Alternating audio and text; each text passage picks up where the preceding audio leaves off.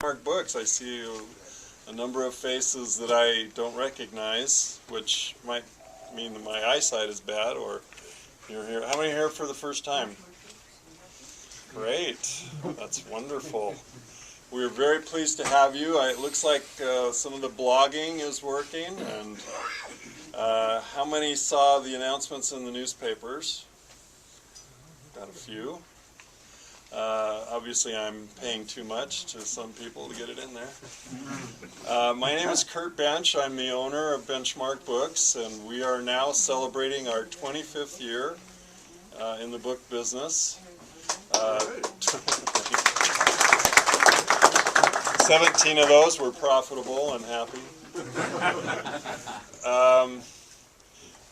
This is something we really enjoy doing, having an author come and speak about a new book that's exciting, and if I knew John better, I'd make a joke out of that, but I don't.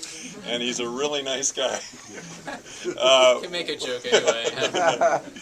We are very pleased to have John Turner with us. I was trying to picture. I met him tonight for the first time, as probably most of you here have, and I didn't know exactly how to picture him, and I'm just going to say that great things come in small packages. Just kidding. Just kidding. He has. I try to have the books that we feature here in our author nights totally read, and I'm so close to the end of the book. Didn't quite make it last night. I won't say that I fell asleep reading it, because that would be an insult. But I want to tell you that this book is an important book, and it's one that is, I think it's, especially, I'm going to read just a couple of comments from other reviewers, including one, this Brian Buchanan. He sounds like a good guy. Somehow, and I asked him to pull up some blurbs about the book, one of them just coincidentally was his. That he These were prepared by a third party. So, but anyway, I've been tremendously impressed with John's book. He kind of came as unknown to many, I think, in this field of Mormon history. That hasn't been your field for very long. And in fact, he did a book on Bill Bright and the Campus Crusade for Christ, which isn't exactly in the Mormon field, for sure. They are evangelistic. They are. John teaches at George Mason University in the D.C. area, and I think it will come. We're going to leave you plenty of time for questions and answers, so that you can find out more about him. I don't think his presentation is going to be very autobiographical. So if you have questions about how the book came to be or how he got interested in it, that would be an appropriate question. A couple of things that we have to do each time here, just so those of you who aren't familiar with the setup and our procedure. What we would like to do is, as soon as I'm done gabbing, which will be very soon, we'll let John talk for a while, about a half hour probably, leave plenty of time for questions, and then what we would appreciate your doing is we're going to have John back here at the table again, and if you haven't purchased a book yet, actually, what's our minimum? Is it 5 books or? We do encourage you to look throughout the store, of course, but if you'd bring your purchases to the front table or the front counter here, and then John would be happy to meet you and to sign your book for you, and then we'll have some refreshments out in the foyer. My wife's in the background there preparing some delicious food for you afterwards. So we'd encourage you to just come and line up here at the front counter, and then we'll try to do that as swiftly as we can. But very pleased that you could come. Oh, another thing, there are restrooms down the hall. They're way down by the drinking fountain, and even though there's an intimidating-looking keypad on each one, all you have to do is push the handle down and go right in. Free of charge tonight, by the way. I want you to know. Okay, let me just tell you, read a couple of great little blurbs about John's book, and then I will be quiet. The famous Brian Buchanan blurb.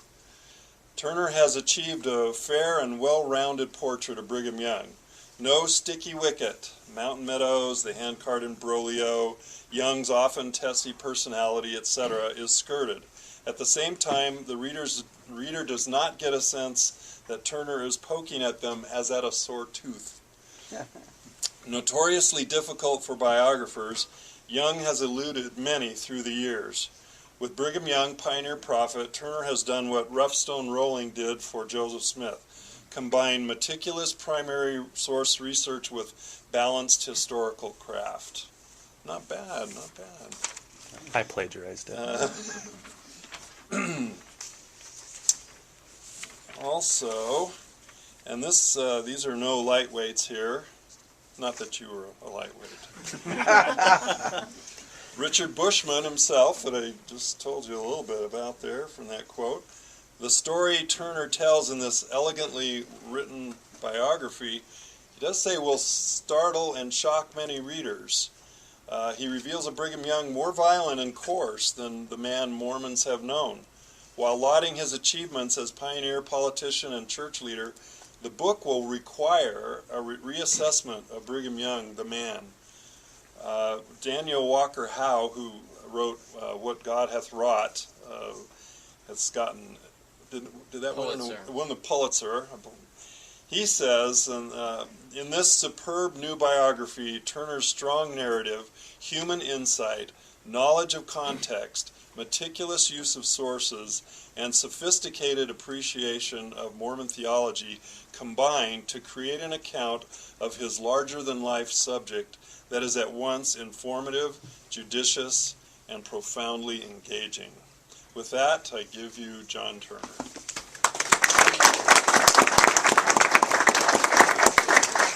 And John, before you start, can you back up just a hair right into there? How's that? Perfect. I'm going to try to talk louder than I normally would for those of you in the back, but if you can hear, give me some sort of signal. Thank you for the warm introduction. Kurt, though, I would like you to know that I am just about the same height as Brigham Young, and he is regarded as a rather towering figure. So, I thought I mentioned that. What I thought I would do as a way of introducing the biography is give you two snapshots of Brigham Young that I hope, for many of you at least, will reveal new details and aspects of his personality, and then you can get the whole portrait if you're interested in the book. And the two snapshots are two different points in his life, one in 1840 and one in 1849. So I've got this set up as something like a tale of two Brighams. The first, in 1840, is an episode from Brigham Young's years in England. As of 1840, he was almost 40 years old. He had been a member of the church founded by Joseph Smith for about 8 years. He was the president of the church's Quorum of the 12 Apostles, and he was leading those apostles on a mission to England. And as of late May, the mission had gone fabulously well. There had been scores, even hundreds of converts, probably far beyond any of their expectations. When traveling around the northeastern United States, rejection was much, much more common than it had been during these first couple of months in England. Brigham Young, though, was not satisfied. There were all of these converts. However, they had not yet received the gifts of the Spirit. One night, Brigham Young was visiting a family in Manchester, England, and he and his friend Heber Kimball, make sure I get this right, sung some and afterwards spake with each other in tongues. They sung some and afterwards spake with each other in tongues. That seemed to get Young thinking about the state of the converts in England. And he was thinking more about it a couple of weeks later, around the time of what the English call Whitsuntide, and we would know of probably as Pentecost Sunday, thinking about the experiences of early Christians. The Manchester Mormons themselves, by this point, were hoping for a similar display of God's power, as had taken place back in New Testament times. The saints wanted something good, Young wrote to his cousin and apostle, Willard Richards. They wanted something good. Young also kept a personal, handwritten diary during these years. It's a wonderful source into his first 13 or so years in the church. The handwriting is absolutely dreadful, as is the spelling, but it's a first-person account of his missionary experiences. And a few days after Pentecost Sunday, he made this note in his diary: "Brother Parley Pratt and myself talked some time about the necessity of the elders having the power of God with them." So he's thinking about the state of these converts, hoping that they experience the gifts of the Spirit. At the same time, Young is terribly homesick. And oftentimes at night he would have vivid dreams of home, of his family, and he'd sometimes write those down in his diary as well. The night after his conversation with Parley Pratt, he had one of those dreams of home and wrote about it. And in the dream he first saw his daughter Elizabeth and then his wife Mary Ann. "I embraced her," his wife, "in my arms and kissed 2 or 3 times," he wrote. Kissed her 2 or 3 times. In the dream, Mary Ann warned him that he needed to provide for her financially because the church was not in a position to do so. In the days ahead, Young continued to dream of home, and he continued to think about this desired eruption of spiritual power. After his evening with Pratt, Young and other Mormon leaders held a meeting the next day. "We told them," Young wrote, "to ask for the blessings of the Lord and get the gifts. Ask for what you desire."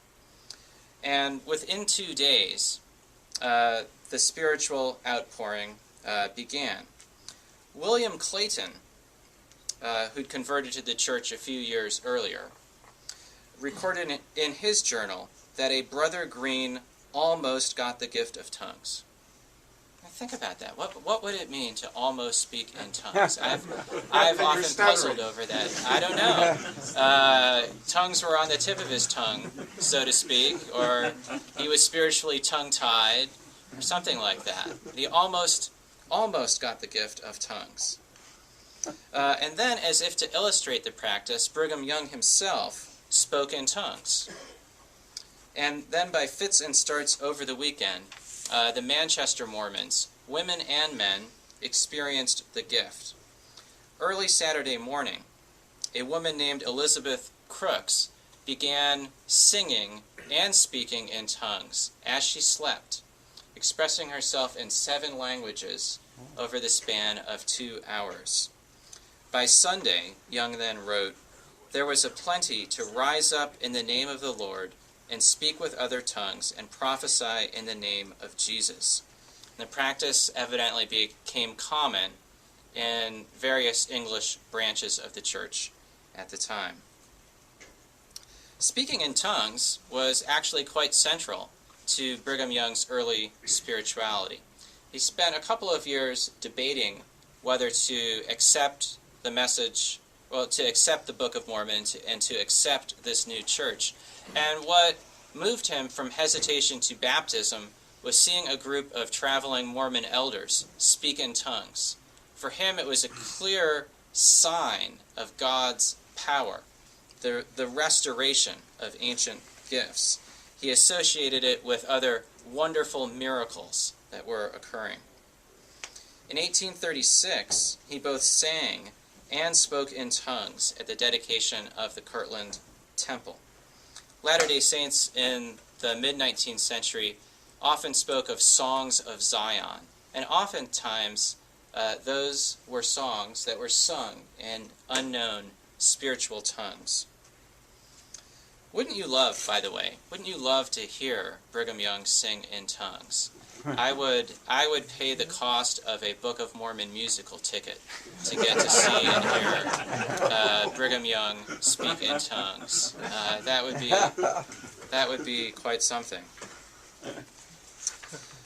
So that's Brigham Young in 1840, a man full of spiritual fire, who spoke in tongues, healed the sick, delivered sermons that even skeptical English audiences sometimes found difficult to ignore. That was Brigham Young, also a contented monogamist who had dreams of his wife and children. A man with hardly any education and with terrible spelling and handwriting, who nevertheless took the time to compose and write witty and romantic letters to his wife and long letters of instruction to other missionaries in England. He was also a collegial leader who massaged the egos of his fellow apostles and earned their respect. He worked with men whose literary talents and other gifts sometimes far exceeded his own, with apostles whose evangelistic successes sometimes outpaced his own. And there's no sense that he was threatened by potential rivals among the apostles. Brigham Young in 1840, a man easy to admire and appreciate. So let's skip ahead to 1849 in the Salt Lake Valley. As you know, a lot had changed in the span of 9 years. Joseph Smith's murder, several claimants to Joseph's prophetic mantle. For Brigham Young, an additional 53 marital sealings. The expulsion of the Mormons from Nauvoo. The deaths of hundreds of Latter-day Saints on the trail west, especially in winter quarters. Faith-testing poverty and hunger during the first 2 winters in the Salt Lake Valley. Deseret in early 1849 was an awful long way from that Manchester Pentecost, and not just geographically. In a late February 1849 meeting, Brigham Young directed his fury at several young men behaving badly. So this is getting into my second snapshot. Several Mormon battalion veterans were evidently frolicking too much with young ladies, and other young men were thinking of heading off to California to seek riches and escape poverty. There were plenty of devils in the valley, Young said, that deserved death and should leave as soon as the meeting ended.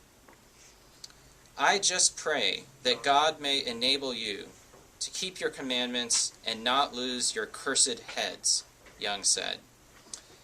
He said it was a time for gold seekers and fornicators to clear out. You are in danger of more than you think of, he warned. John, I think they've got a mic here. Oh, okay. Sorry, it'll take me. I'm going to have you put that on, put this in your pocket. I'm going to turn this on in just a second. Just give me 1 second. Sure. While he gets that on, I will share that I gave a lecture at BYU this morning, and there were quite a few technical difficulties, especially with the lights. So for the first 20 minutes or so, the lights, various lights just came on and off. And I just plowed right ahead. So this is just fine. But no tongues. No, I did not. I did not. Have not had that experience. At first, I was Stand just over a little bit. So Sure. you're not right in front of it. I was actually making a reference. The first time the lights went out, I was making a reference to the fact that I was hoping that my beloved Notre Dame Fighting Irish would defeat BYU later this year. So when the lights went off then, I presume that, it was out of outrage at such a comment. I actually think Notre Dame will probably find a way to lose. So anyway, Brigham Young delivers this stern warning that people should clear out if they can't behave. And a man named Ira West should have taken heed and left immediately. For the past 2 years, the 25-year-old West had known considerable misfortune. The exodus for him turned into a series of tragedies. Both of his parents died at winter quarters. An infant daughter of his died while crossing the plains. He also fractured an arm while traveling in Brigham Young's company. So it had been pretty tragic for him. Apparently, Ira West had also become a petty thief during these years. In early March 1849, the Salt Lake City High Council tried Ira West on a string of allegations involving fraud and a failure to pay his debts. I'm not sure of the exact details of what he allegedly did. Brigham Young at this council meeting termed him a thief and a swindler.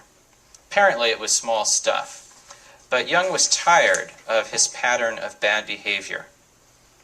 "I want his head cut off right before this people," Young declared, "and they to say amen or take some course to stop such infernal doings." Young suggested that after some prior misbehavior, West had promised to forfeit his head should he repeat his errors. Now, West was at the meeting as well, so at that point he felt obliged to respond. And he made what I consider a rather strange plea for mercy.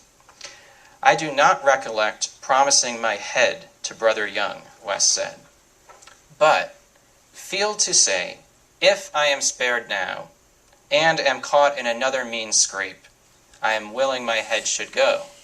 You should be careful what you promise, by the way. Those were the words of a very desperate man.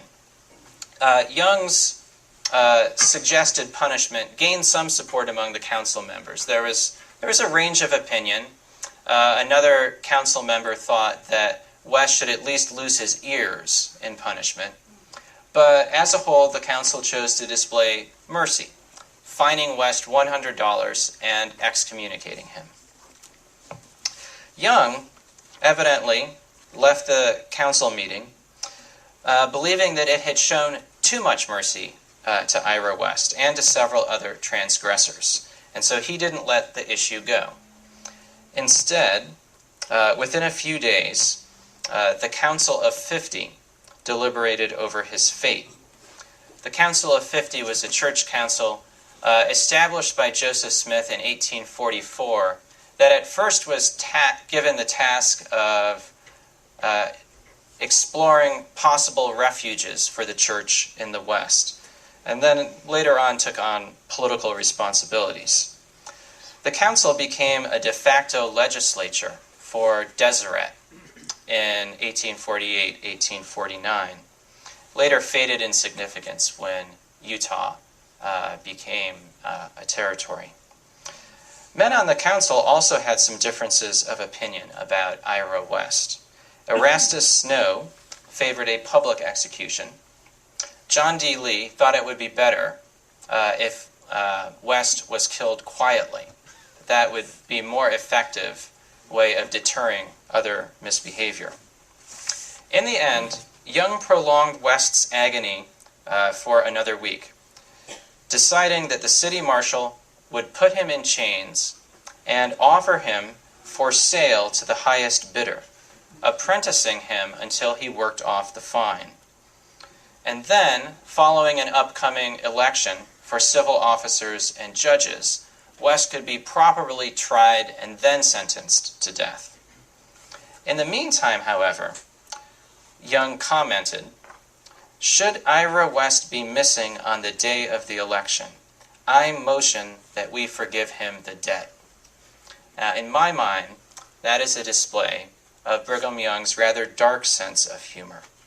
In other words, if someone killed West, then the $100 could be forgiven. The church held the auction on March 12th, and Young delivered a public address. "I told him in winter quarters he would forfeit his head," Young told the crowd. "There is no sin in killing him. The people may do with him as they please." West, Young explained, had through his sin incurred a worse curse than the Negro. Young did suggest that the rest of West's family was good, and there might be some hope for reform. Well, at this auction, no one rushed to purchase West. I can't say Young had made a very good advertisement for him. And so a man named William Major offered a motion that he die. Major's motion gained no second, and after what must have been a rather humiliating and fearful ordeal, West went home with his brother Chauncey. That's still not the end of the story. A few days later, the council discussed West's case one final time. Young still didn't want to just let the matter rest. Instead, he commented that if any man could raise moral courage enough to bring him to him, he would show them that he was not afraid to take his head. Otherwise, he concluded, do as you please with them. Several decades later, the Salt Lake Tribune, citing an anonymous informant, asserted that West had been murdered. And I'm not sure how they were in his possession, but the Salt Lake Tribune's reporter almost certainly used John D. Lee's journals to write his account. Lee's diary, however, does not reveal what happened to Ira West. So was Ira West murdered? Or did he perhaps make an escape to California, to the gold fields? It's not easy to solve cases that have been cold for 150 years. And as historians, at least before engaging in speculation, we have to acknowledge the limits of the existing evidence and the limits of our knowledge. In this case, I really don't know much else. I do know that West's wife remarried in 1851. So at the very least, whether he was killed or whether he left the territory, his marriage ended.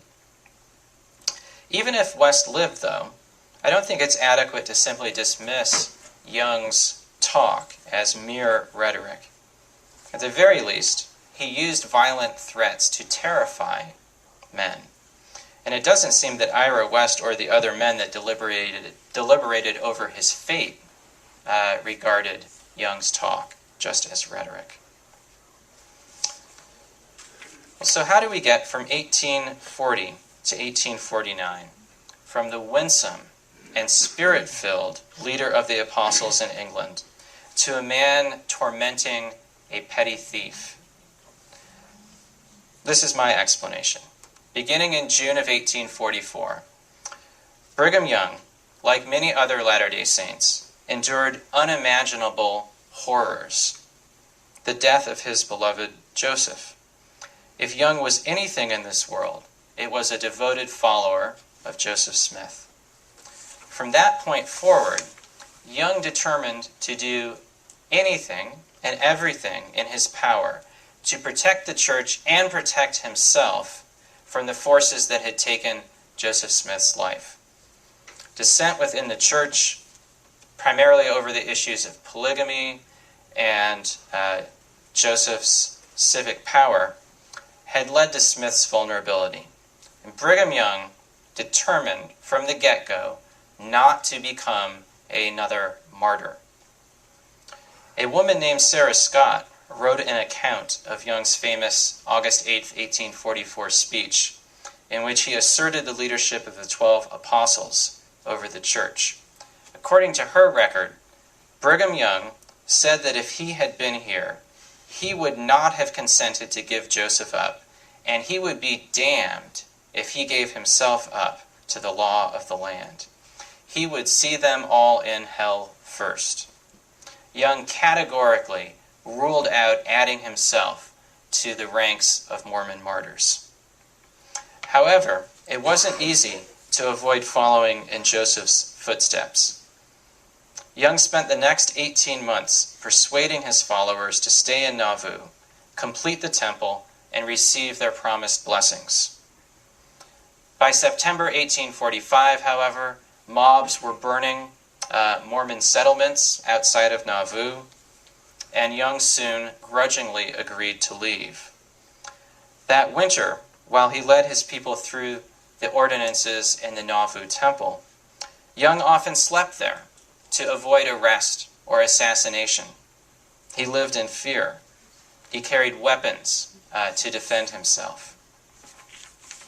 And Brigham Young emerged from the crucible of Nauvoo a very changed man, more fearful, harder-edged, coarser, and a different sort of leader, hypersensitive to criticism, intolerant of dissent, and much more demanding of his followers. Now, the traits that had characterized his earlier years did not simply or entirely disappear. He actually didn't speak in tongues nearly so often. But even non-Mormon visitors to Utah and some church members who left Mormonism remarked on his sincerity and the power of his prayers, both in public and in private. So the earlier personality didn't entirely go away, but he was not the same man. Like everyone, he was shaped by his experiences, and he never fully overcame the trauma of Nauvoo. And he resolved never to allow traumas like that to take place again. And therefore, he was willing to do what he felt he needed to do to protect his church and to protect himself and to protect those loyal to him. That willingness, I think, makes Brigham Young hard for us to understand and sometimes hard to stomach given our 21st century sensibilities. It also explains much of his successes as the church's leader. He was a fierce advocate for his people. He did not back down easily in the face of opposition or difficulty. He stood his ground for as long as he could, but he would also change course instead of making a glorious last stand. That he held his people together after the traumas of Nauvoo highlights his resourcefulness and his perseverance. All of those traits made him a great leader. That he also emerged from Nauvoo a harsher and at times more violent man are reflections of his very human experiences and limitations. So that's the introduction. I'd love questions on anything. I left many things unsaid. Go ahead. You mentioned that the thing that persuaded Brigham Young to join the church was when he heard the missionaries speak in tongues. Mm-hmm. And you made many references to people speaking in tongues. Mm-hmm. One thing I've always been curious about, did you see anything about when these people spoke in tongues, was there anybody who understood and recognized these tongues as legitimate languages, or was it gibberish? That's a great question. Well, I'll start with a story, and then, if you will, the question was, when Brigham Young or others spoke in tongues, could people understand them, say as on the day of Pentecost, or did it sound like gibberish? I think most of the time it did sound just like an unknown language, and it would not be uncommon for someone claiming the gift of interpretation to then interpret the message. The New Testament and the Book of Mormon both talk about those as distinct spiritual gifts, the gift of speaking in tongues, the gift of interpreting tongues. So that would sometimes happen.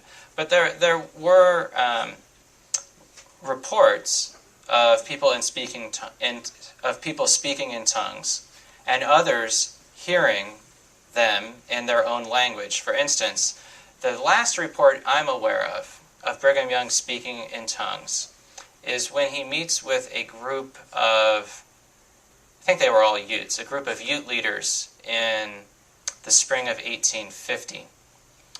And he speaks in tongues, and a church clerk records that the Indians could hear him in their own language. So that would be the other sort of example. Yes? There was a review of your book on timesandseasons.org this week. Mm-hmm. And the reviewer mentioned your book is excellent, and I'm really excited to read it. But she said she wouldn't recommend it to the average Mormon, that it would completely destroy their testimony. And I imagine you want to sell your book to as many average Mormons as there are. Yeah, so she's totally wrong. So my question is, I have two questions. How would you put them at ease, the Mormon who wants to read this book but doesn't want their testimony completely destroyed? And also, given the man that he evolved into, why did so many people follow him and stay? I mean, sure. Given what you said, I think I would have split in 5 seconds. Sure. And I mean, sure. So if you could answer them. Those are great questions. I don't pay any attention. I would never read what people write about the book. So, so how would I respond to that? Well, no, I think it's not meant in any way to poke holes at the LDS Church or Mormon beliefs or anything like that. I think sometimes it's difficult if figures we revere are built up to the point that it's difficult to grapple with their human limitations and shortcomings.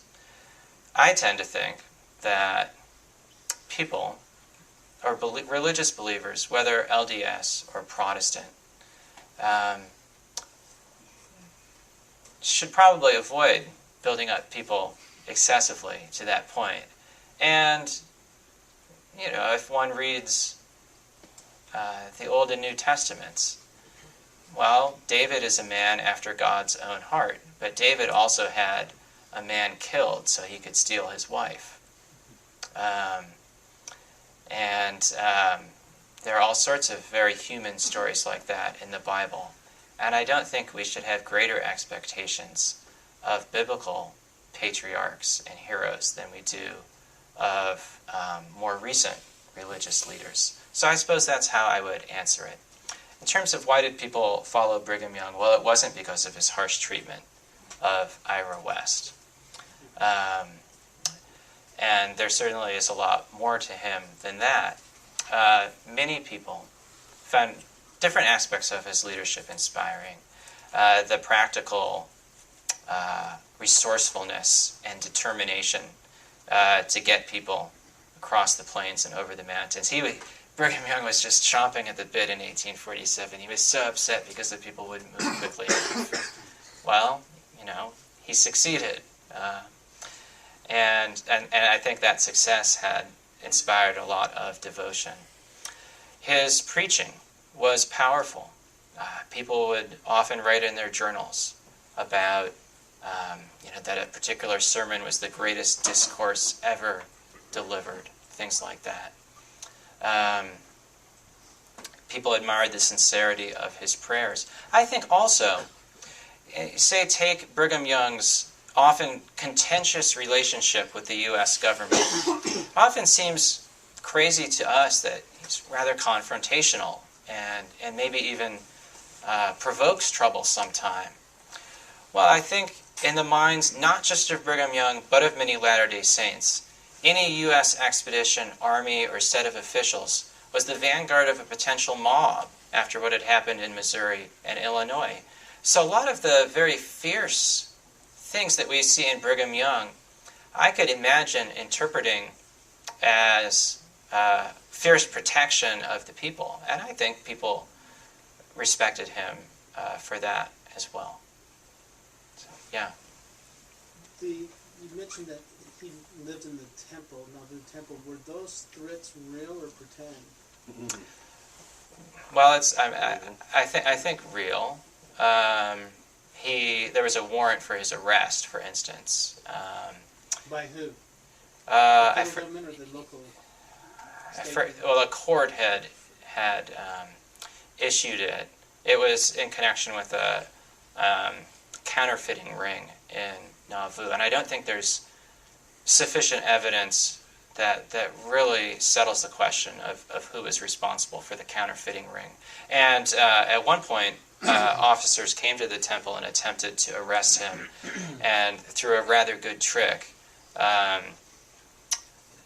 they had the wrong man arrested and carried off to Carthage, and then discovered they didn't actually have Brigham Young, and it was a man named William Miller, and it was a good joke, especially given the nature of the warrant.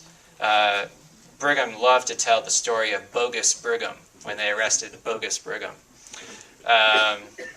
And I mean, given the amount of mob activity that fall, I think it was a reasonable fear on his part, and it doesn't mean that there's evidence that people are actively plotting to kill him. But given the events of the previous 2 years, one can hardly fault him for being fearful, I think. Oops, sorry. We'll go there next. John, can you repeat the questions? Sure, I'll do a better job of that. So, I haven't read the book yet, but on the reviews that I've read, it seems that you were, there's 2 thumbs up for the context that you provided for some of the things, some of the violence and other things. And I wonder about some of Brigham Young's statements on the environment. It seems like Hugh Nibley does a good job explaining, Brigham Young's time in London and elsewhere. He sees the dirtiness of the water and the air. As someone who cares about the environment, it's fun to be able to use Brigham Young, to quote concern for the environment, of course. So, was that standoutish at the time? I mean, was there context in America at that time for people to be concerned, or was it just because of his experiences in England? What do you think? Well, the question is in reference to Hugh Nibley writing about Brigham Young's concern for the environment, and what explains that, and then perhaps I could talk about the extent to which I think that's true. That's a very interesting question. Nobody's asked me that. A couple of things come to mind. Number one, Brigham Young chastised other Latter-day Saints for just shooting animals for sport on the trail west beyond what they needed to eat. He had a tender concern for animals at times. He would bathe horses in spirits to nurse them back to health, things like that. The second thing that comes to mind is a sermon of his. I think it was a sermon. Maybe it was something more off the cuff. That he gives late in his life, and I quote from it at the beginning of the final chapter, chapter 13. And he contrasts the intentions of the Mormons with other Westerners. He says, everybody else is coming out for placer gold, basically to chop down white pine forests, or to, basically exploit the land, get rich, get in, get rich, and get out.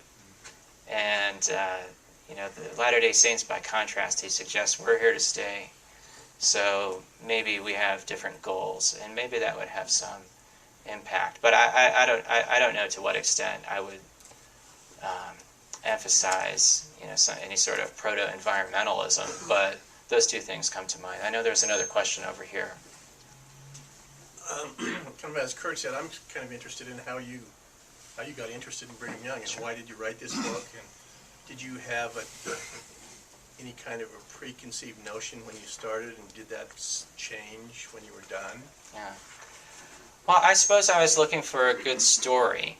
I wanted two things. I wanted a good story, and I wanted to learn about the Latter-day Saints. I had spent my academic career studying other things. I'd been curious about the Mormons for several reasons.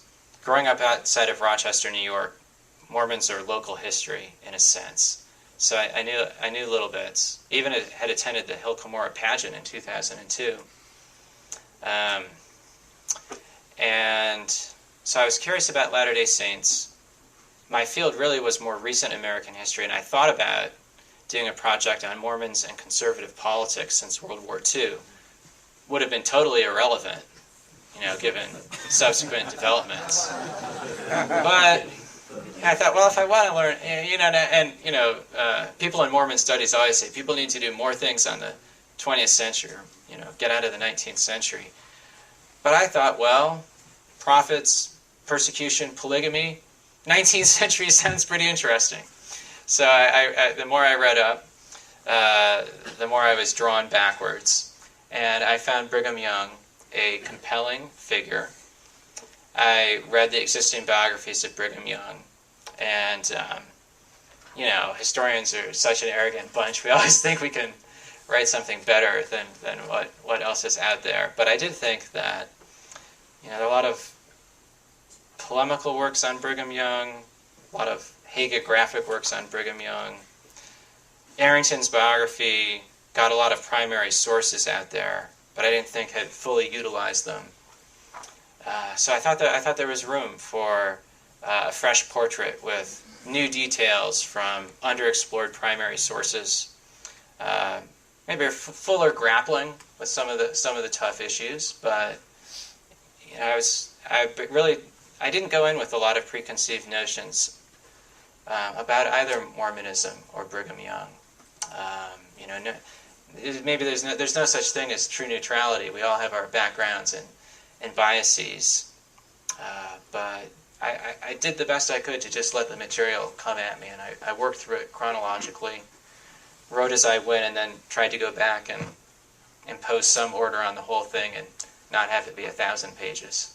So, you've been waiting a little while. You already asked one question, but I know you've been waiting. So how long have you been actively working on the book? And please comment on the degree of cooperation you've gone from the Church Historical Department, and was there anything that you were not allowed access to? Sure. I guess from start to finish, the book took around 4.5 years. Now, we were living in southern Alabama at the time, and why would anyone want to spend the summer in southern Alabama when one could spend the summer in Utah?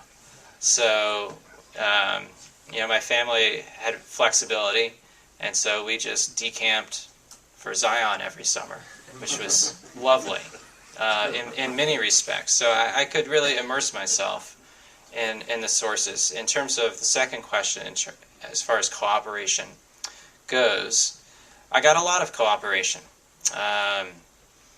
It took, discussion, but I was able to see the entirety of the Brigham Young papers, which was of foremost importance. I'd say altogether I got to see about 98% of what I wanted to see.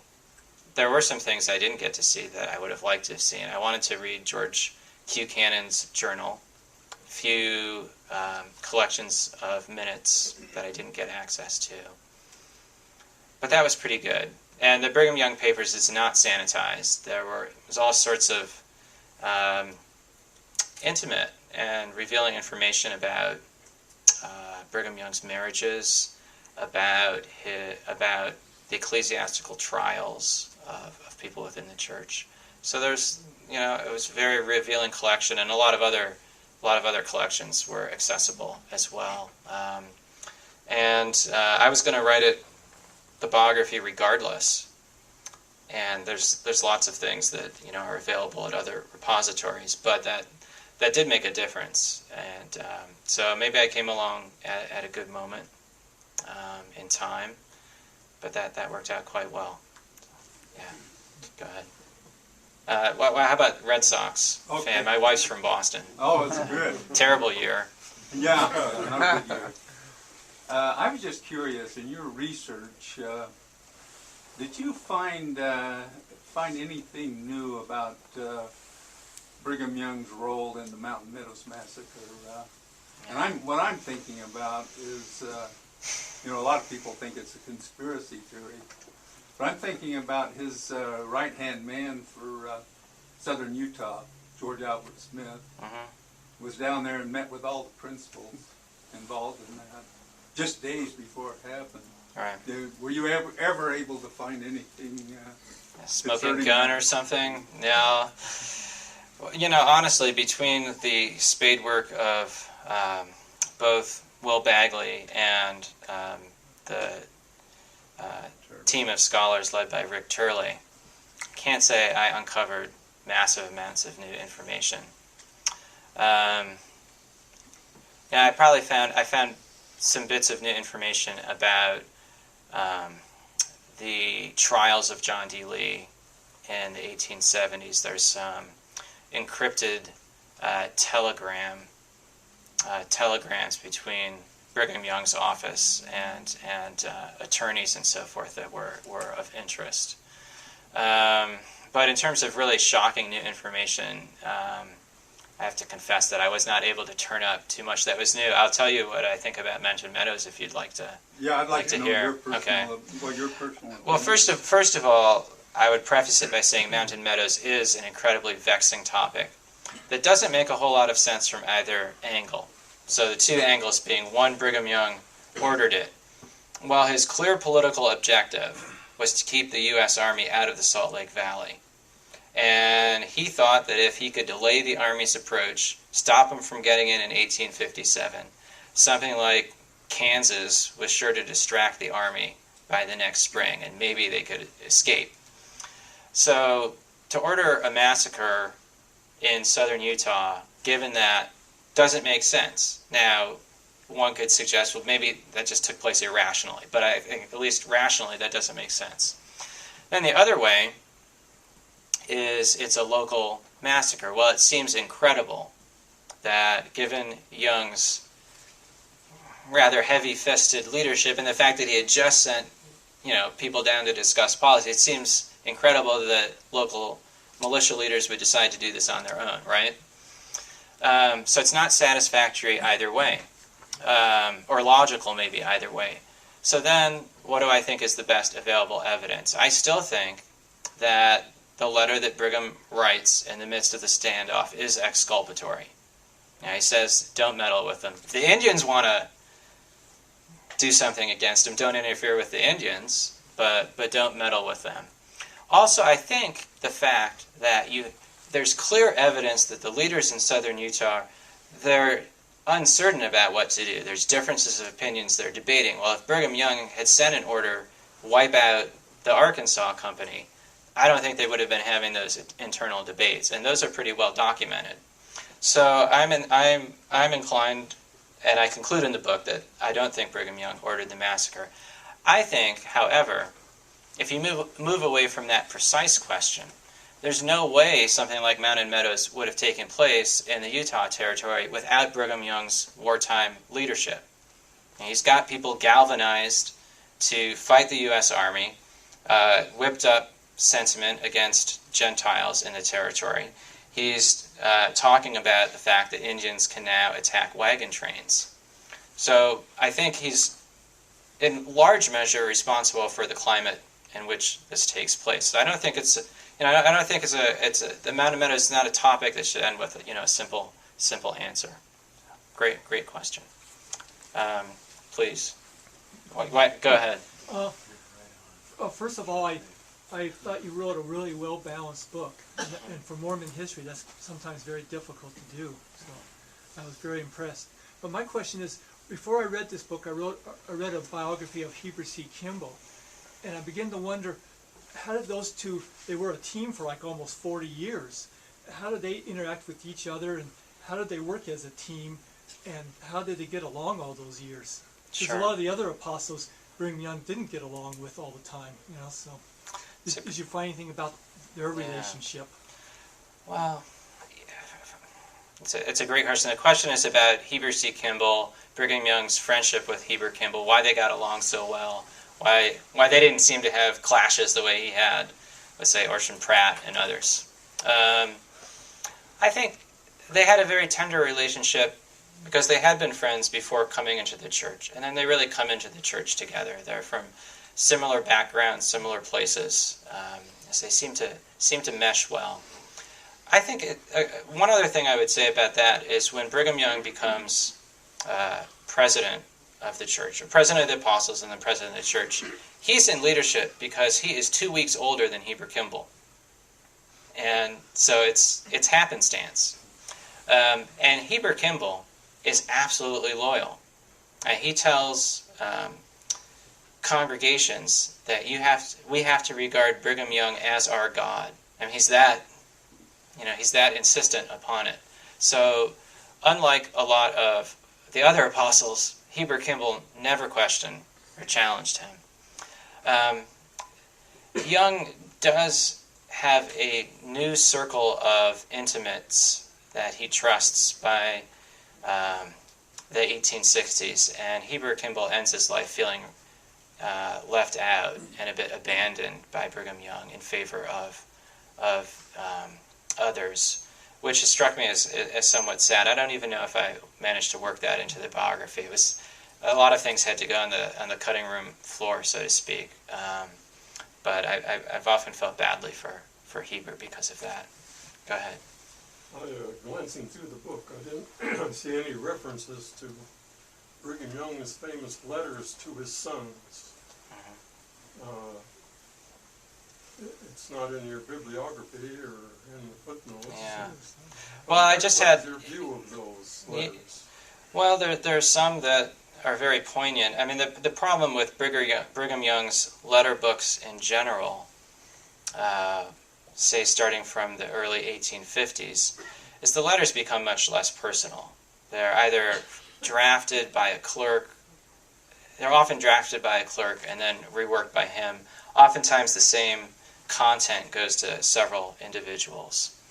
So I became less enamored with the letters as a truly revealing source as the biography proceeds, once he stops writing them completely himself. Now, sometimes he'll dictate a letter.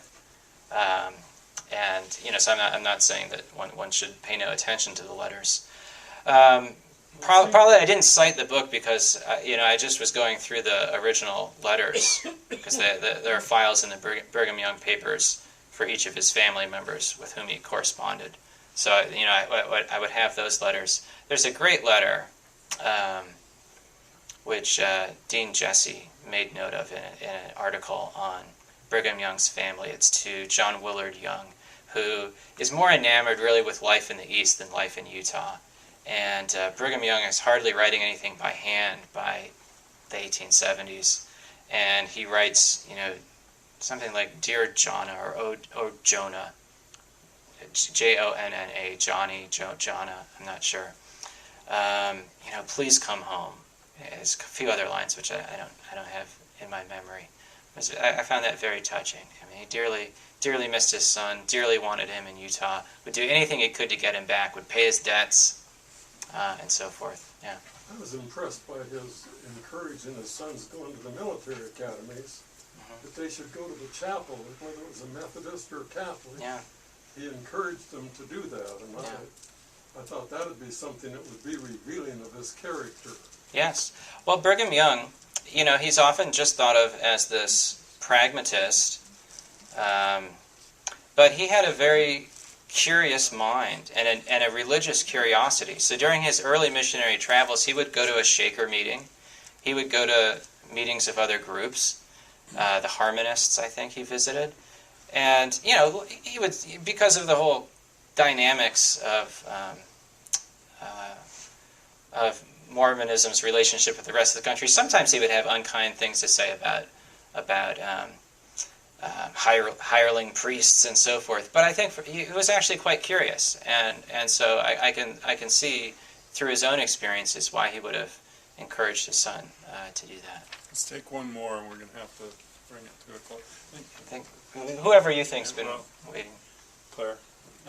Yeah, No. a couple of years ago, Richard Bushman was at a conference at BYU, and he contrasted Joseph Smith's revelations with Brigham Young's, and he said they're really quite different the way that they occurred. And I wish I could remember the details of how he described Brigham Young's, but I just wonder if you had any sense of Brigham Young's revelations. Sure. Well, the first thing he decides to do, I think, is not to imitate Joseph Smith, which was a real stroke of genius. It would be really hard to be Joseph Smith if you weren't Joseph Smith. And others kind of tried to be Joseph Smith and didn't work out quite as well as it did for Brigham Young. So he doesn't dictate revelations with any frequency. And he does that even though I think a lot of the Latter-day Saints expect and want that after Joseph's death. They want reassurance that God is still speaking to them. Brigham tells them to regard all of his words as Scripture. He has revelations. He's just not delivering them in the same way that Joseph did. The one canonized revelation from Brigham Young that's in the Doctrine and Covenants, 136 maybe, the Word and Will of the Lord, which it's a lot of practical advice about the Exodus. This is in early 1847. There's some other interesting parts in there as well. But and it would take too long for me to retell the whole story. But the few days in which he's having dreams and discussions, and then he writes this down by hand. I found that quite a fascinating episode. And there was one other time where he's on the trail west and he's upset with the pioneer camp, and he actually writes 10 or 15 lines of a revelation, and then doesn't complete it, and then delivers a powerful sermon the next day. I think that's probably a good way of understanding Brigham Young. Thank you very much.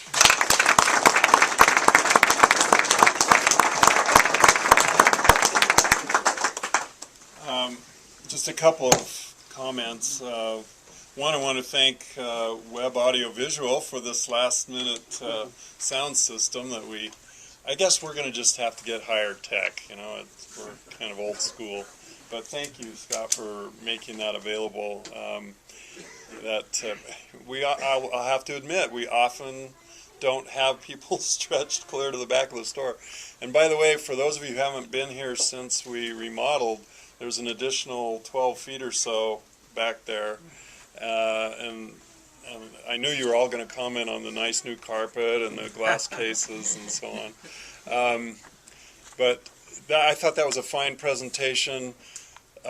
Just a couple of really quick comments. I agree with Craig that the book has a really good balance. I was thinking of some of the very polemical books on Brigham Young and the Mormons that many of us have read.